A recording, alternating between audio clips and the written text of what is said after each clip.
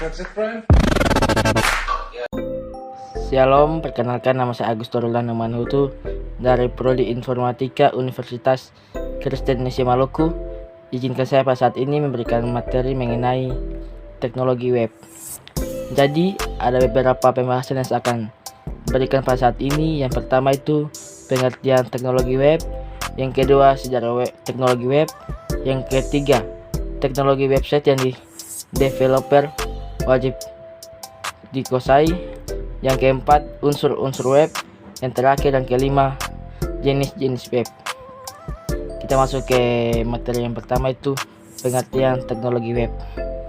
Teknologi web adalah teknologi yang berhubungan dengan antarmuka untuk menyembatani server web dan klien mereka.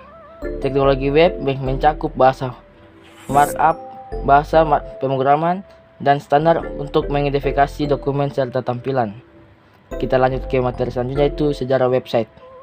Website pertama kali ditemukan oleh Sir Timothy John Tim Berners-Lee pada tahun 1991. Website terhubung dengan jaringan.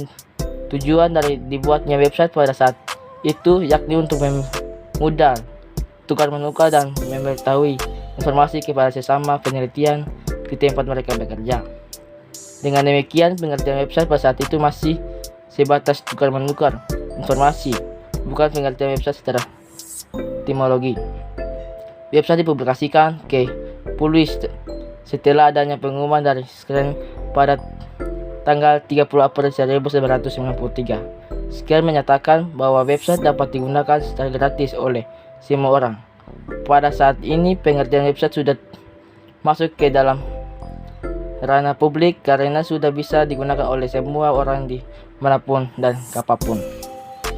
Kita lanjut materi selanjutnya, itu yang pertama browser. Browser layaknya seseorang menjemahkan antara si pengguna dan internet. Ia memproses permintaan menampilkan hasil yang mereka inginkan berdasarkan kata kunci keyword yang diketik. Yang kedua HTML dan CSS. HTML adalah bahasa pemrograman yang pertama kali kamu harus pelajari, sebab berkatnya semua browser jadi tahu apa yang harus ditampilkan pada penggunanya. Namun mempelajari HTML, kamu juga harus tahu apa itu CSS.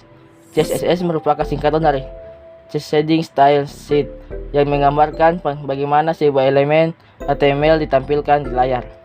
Yang ketiga, framework pengembangan website. Framework pengembangan website adalah titik awal dari alat yang harus digunakan seorang developer sebagai pengganti untuk melakukan tugas sederhana dalam membuat website. Yang keempat, bahasa pemrograman.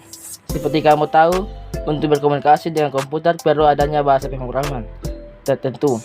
Dengan kamu bisa secara spesifik menentukan apa yang harus komputer lakukan dengan perintah bahasa pemrograman. Yang kelima, API. Semua API atau Application Programming Interface membuat seorang developer bisa digunakan beberapa fungsi di dalamnya suatu aplikasi tanpa perlu berbagai kodenya. Yang keenam, data format. Suatu data disimpan di dalam struktur yang dibuat data format. Ada 3 jenis data format yang paling populer saat ini, yaitu JSON, Descriptive Object Notation adalah sintan untuk menyimpan dan menukar data. Ia merupakan jenis data format yang paling populer. Yang kedua, XML.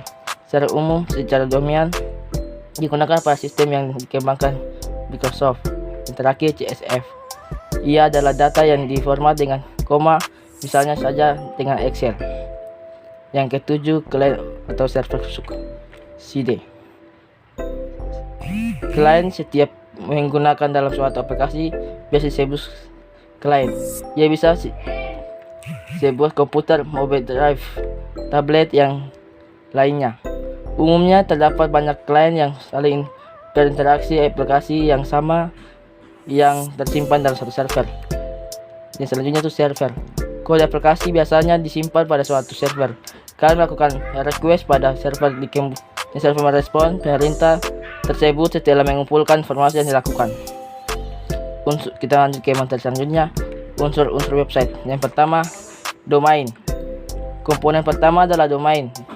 di mana website dapat dianalogikan sebagai produk. Maka website adalah merek atau brandnya. Penulisan domain yang menarik pada suatu seseorang masuk ke dalam situs Anda. Selain untuk juga Anda harus membuat domain yang tidak terlalu panjang dan mudah untuk diingat. Yang kedua, hosting. Komponen atau unsur kedua adalah hosting, yang mana memiliki peran penting dalam menyimpan semua database atau penyimpanan data. Informasi dalam database dapat berupa teks, gambar, literasi, video, dan spread. Yang ketiga, konten. Dan yang terakhir adalah konten, di mana fungsi dari konten sangat krusial. Karena apabila website tidak memiliki sebuah konten, maka dapat dikatakan bahwa situs tersebut tidak memiliki tujuan dan yang jelas. Jenis-jenis website. Yang pertama, website statis. Website statis merupakan website yang memiliki tampilan yang tetap dan tidak banyak mengalami perubahan. Biasanya untuk perubahannya cenderung hanya terletak pada tampilan desain halaman web saja.